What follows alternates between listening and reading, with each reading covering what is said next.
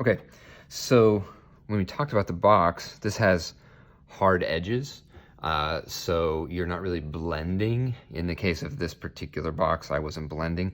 I was making a value for my right side, a value for my left side, a value for the top, for the shadow, and so forth.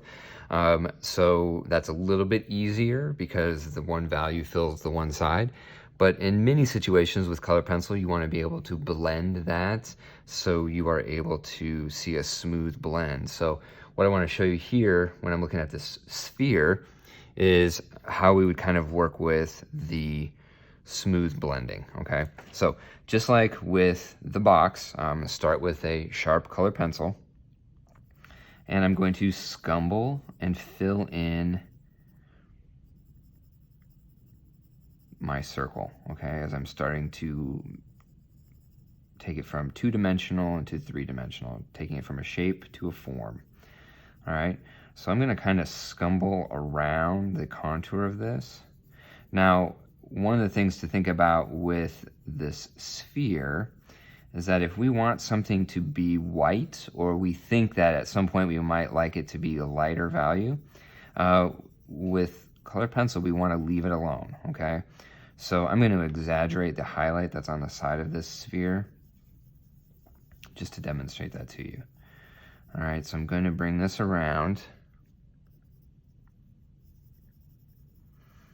and I'm going to start to kind of leave just a little spot right here. Okay, that I'm eventually going to blend into, but for the time being, I'm just going to kind of leave that alone, okay? And then as I look back, I see that there's this darker value that's kind of curving around the bottom side of my sphere. So I'm going to, before I get to my blue, I'm going to kind of give myself an idea of where that is. All right, so I'm going to just lightly add another layer in there, still scumbling, just kind of following the contour of that, okay?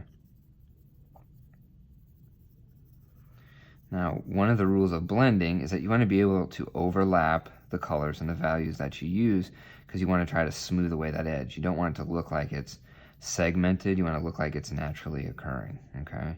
So it's going to gradually go from one value to the next. I'm going to bring this value kind of in here, and that's kind of going to be where my, like, darker value is going to go. And just like with the cube above, it's going to be a matter of kind of coming back and adding and adding and layering and adding and layering. So it can be an involved process, okay? But my next step is I'm going to lightly come in here, and I'm going to decide that my darker value is going to be lower here. So I'm going to come in here and I'm going to start scumbling my lines.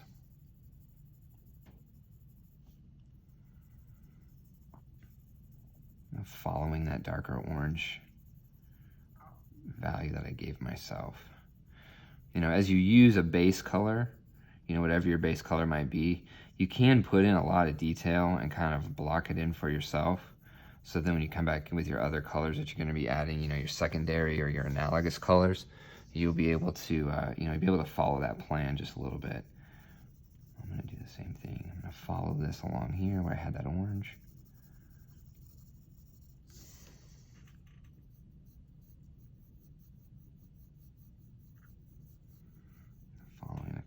Of this. I'm still on camera, sorry.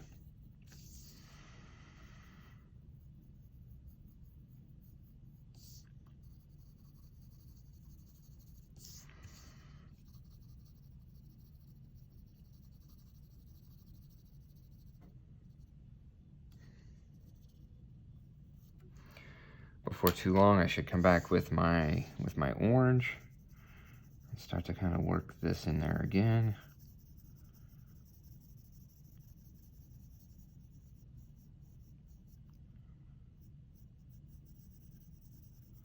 Always keeping my pencils sharp. You know, if they ever start to feel like they're getting dull, then I want to stop and I want to sharpen them because it's just going to continue to give me more control than if I let them get really dull on the ends.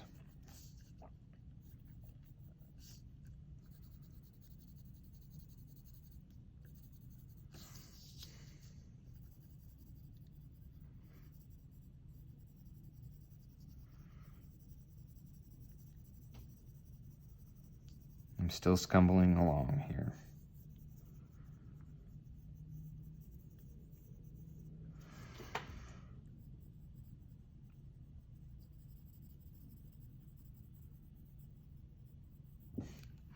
And again, I would just kind of come back in and decide, you know, this area obviously needs to be darker. So I'm gonna add another layer of blue. Scumbling those lines in there. Maybe trying to go a different direction again to kind of fill in the texture of the tooth of the paper, and just kind of scumble those in as best I can. And that value starts to kind of take form, hopefully.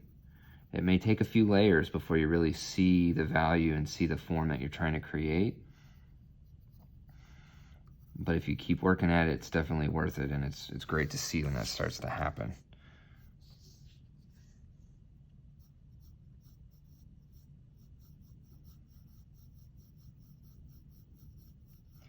You know, if you do have to make lines, or like if you do have some lines showing, you want those lines to be intentional. You want those lines to look as if they're, you know, following the contour of this to kind of really help me with the three-dimensionality of this particular form. But then I want to scumble those lines away.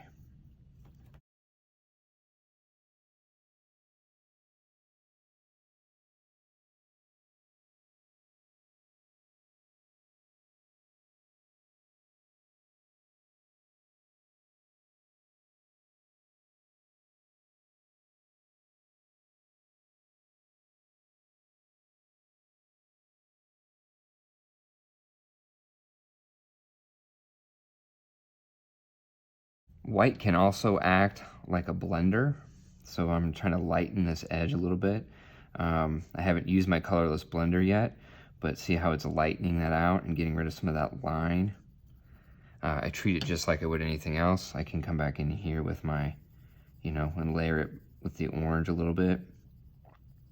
But it's another way of lightening colors and kind of blend away that edge just a little bit more. Until you get something that you are satisfied with. And then if, again, at the end of the day, if you want to come back in with your colorless blender, you really start to work in some of those areas, get rid of some of those lines.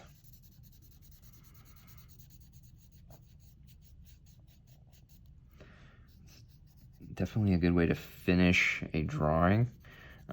Depending on the kind of paper you're using, the colorless blender can, you know, can really fill in the tooth really well of the paper, but it can also kind of be the last step because your paper may not have any more ability to hold the pigment.